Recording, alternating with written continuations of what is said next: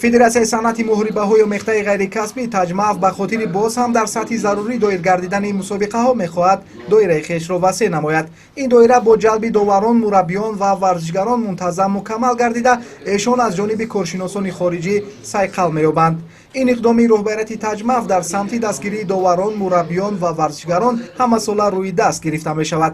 маротибаи дуюм аст ки дар соли ҷорӣ як нафар довар ва мураббӣ бо таҷрибаи аймаф ба Тоҷикистон меоянду ба варзишгарони тоҷик мастер-класс мегузаронанд. Я очень рад, что я наконец-то оказался в Таджикистане, в солнечном Душанбе.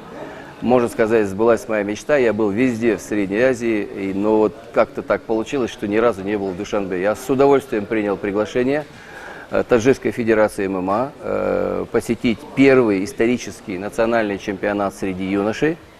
чанде пеш дар мусобиқаи ҷумҳуриявӣ оид ба санъати муҳорибаҳои омехтаи ғайрикасбии мамлакат довари дараҷаи байналмилалӣ Олег Миляков чун меҳмони фахрӣ ширкат намуду аз рӯи низомномаи мусобиқа ба як қатор аз доварони мо сертификатҳои дараҷаи баландтар тақдим намуд. мо аз Олег Миляков дарсҳои доварӣ ва аз Андрей Машанов бошад дарсҳои мураббигиро ки чӣ тавр ба стандартҳои наве ки аймаф пешниҳод намудааст ба мураббиён чӣ хеле гӯем аз системаи кӯҳна ба стандартҳои нав гузаштани мураббиро дар ин семинар меомӯзонад ба мо. ҷолиб буд дидани ҷараён гирифтани рақобатҳо барои бинанда аз зуд сарфа шудани вақт дарак медод. инҷо сухан дар бораи на танҳо 30 сония ва ё 20 ҳатто дар бораи 1 ва 2 сония ҳам мерафт ки барои банда низ ин ҳолат хеле ҷолиб афтод. гуфта шуд ки агар ин усул ҳамарӯза иҷро карда шавад ин ба мисли занҷирае мешавад ки минбаъд дар системаи кории ҳар як мураббӣ ва доварон нақши калидиро мебозад. Сформулируйте в голове, что ты хочешь сказать. Вот они где-то там бегают. Ты не можешь сказать, так, все сюда, или там, идите сюда, потом те не слышат, этот не слышит. Ты уже потерял 10 секунд. Это надо очень четко отрабатывать. Бисёр аҷибаш дар он буд ки дар вақти дарсҳои назариявӣ онҳо бо ҳар бозӣ, бо ҳар додани вазифаҳо мураббиёнро ба худ ҷалб карда як курси нағз ташкил карданд ва имрӯз бошад мастер-класс ё ин ки дарсҳои амалиро гузарондан бениҳоят барои мураббиён писанд омад. дар ин курс хеле нозукиёро барои насли навраст ҷавон мо хеле фаҳмишоти ва дигаргунӣ ва тағйиротҳо буд барои мо. Бо ҳамроҳи мураббиён хеле нозукиёро аз худ кардем. Очень, опять же, был приятно удивлен уровнем подготовки тренеров. Очень многие имеют спортивное образование. А значит, даже те, кто его и не имеет, имеют за плечами богатый опыт практической работы. Поэтому нам было очень на этом семинаре легко.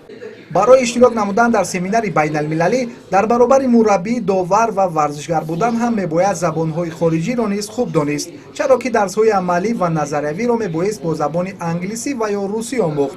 семинар конференсе ки мо таҳти роҳбарии Марк Годард дар Абу-Даби баргузор гардид бо ҳамроҳии Олег Гришин аз Тоҷикистон ҳузур доштем. Дар он ҷо донистани забони англисӣ бениҳоят лозим буд, зеро ки семинар куллан ба забони англисӣ гузашт ва бисёри шахсиятҳое ки мераванд ба ин семинар он ҷо аз дигар давлатҳои Осиёи марказӣ низ буданд ки забони англисии онҳо на он қадар хуб буд.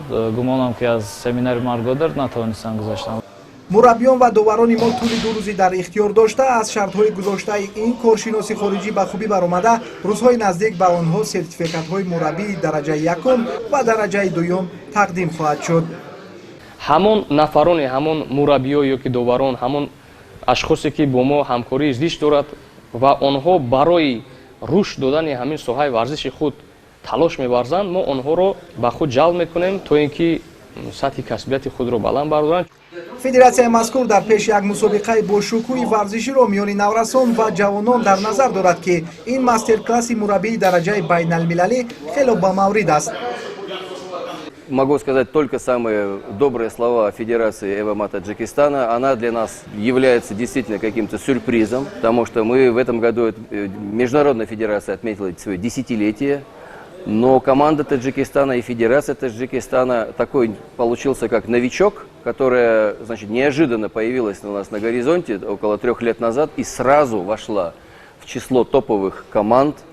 бояд гуфт ки роҳбарияти таҷмав Даврон Ҷураев дар баробари Андрей Машанов боз як намояндаи Қазоқистон Манаб Кабдиевро ба ҳайси сардовари ин чорабинӣ даъват намудааст. Я не в первый раз в Таджикистане и люблю этот город. благодарю за все, за гостеприимство. В Таджикистане не только готовят судей, не только спортсменов, но и тренеров, вот мастер-класс проводят. Очень-очень грамотно. Мы-то понимаем, что стоит за этим. За этим стоит труд, за этим стоит тренерский коллектив, федерации во главе с президентом Давроном.